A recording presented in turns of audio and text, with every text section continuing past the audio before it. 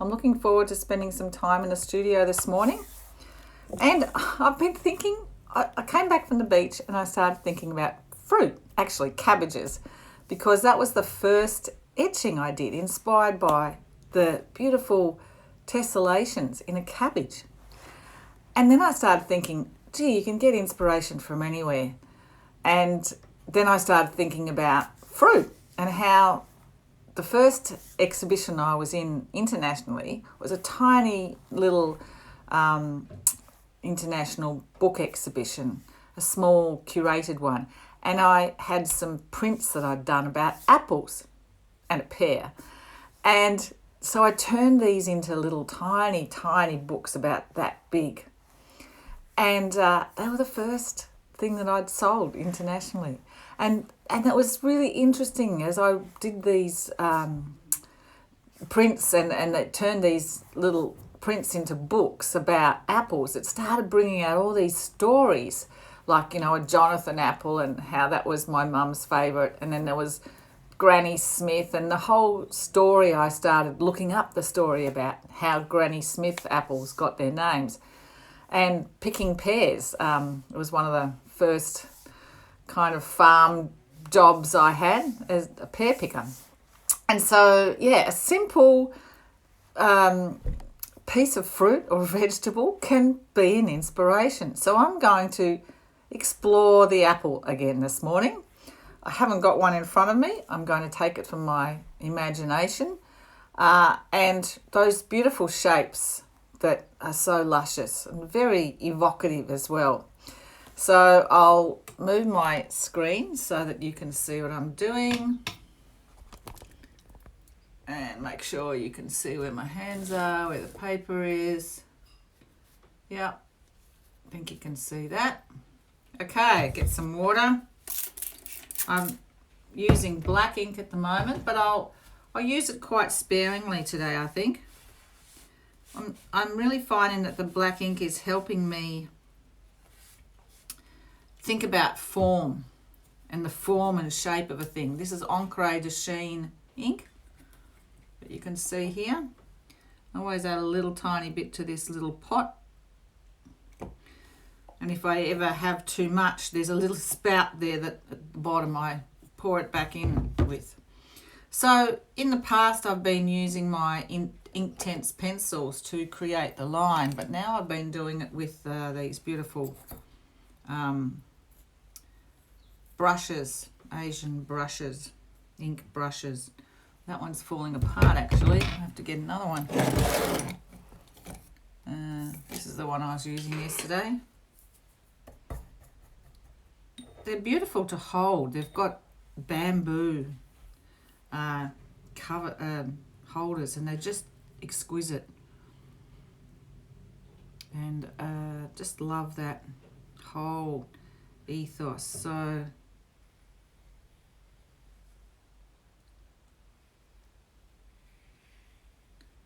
that's the form of the apple. And then inside here, of course, is the pip.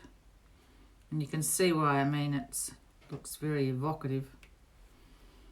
And while that ink is all spreading and doing its thing, I'm going to just mop some up so that I've got some white space around it. And it's quite easy to do when the ink's this fluid and very watery. But what, instead of using the Inktense pencils to start with to get the form, when you're using the ink as the form making instrument, it takes away even more control. And I think I've been really working with that impulse. So I'm going to put cover my black frame around that now.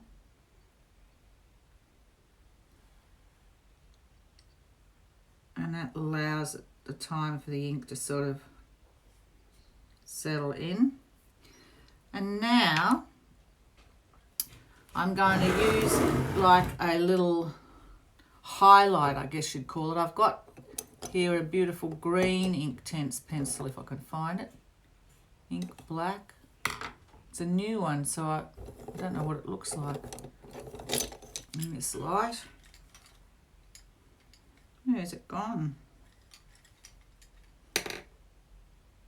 Navy blue.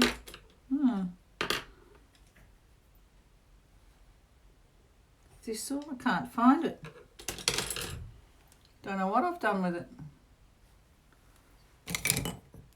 I must have put it somewhere. Oh well. If I can't find the green, maybe I'll use that sort of red to think about Jonathan apples. And I'll use some red ink here as well, and maybe a tad of green.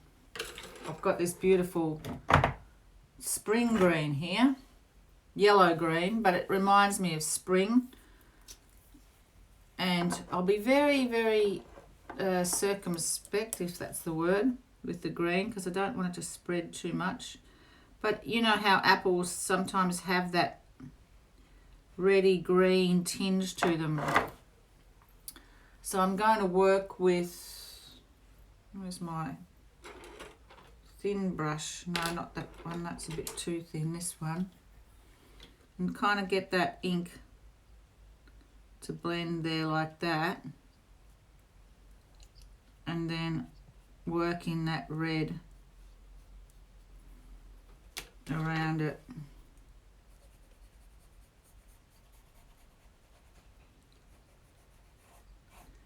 And I've noticed that I'm doing a lot of half circle shapes in everything I'm doing at the moment. I think circles and half sort of circles are a beautiful impulse. So I keep looking in this here to see where my green pencil's gone. I just don't know. So I want to outline this, but maybe I'll outline it with black, the black pip, and make that a bit deeper with the black, because these do. And I think that's about it, really. I might make the line here just a bit, because this starts to fade a bit with so much water. I'll just go around that a bit more to get that. And I think that's it. Maybe if I had the green again, I could go around that a little bit more, but if I can find my green pencil later on, maybe I will. But for this moment now, I think that's enough. Inspired by an apple.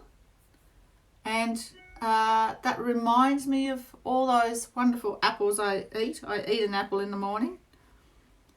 I think you can be inspired by anything, really. And if an apple a day inspires you, then that's great. I think that a simple shape, then just look around your kitchen. You'll find something. And if you want to get further inspiration, then I have a PDF called Plan Your Creative Success. And it talks about the steps to go from your inspiration to putting it out into the world in whatever form you want. So that's it for me for today, and I wish you a very happy Thursday. Try to remember what day it is, and I'll see you same time, same place tomorrow. Thanks for watching. Bye for now.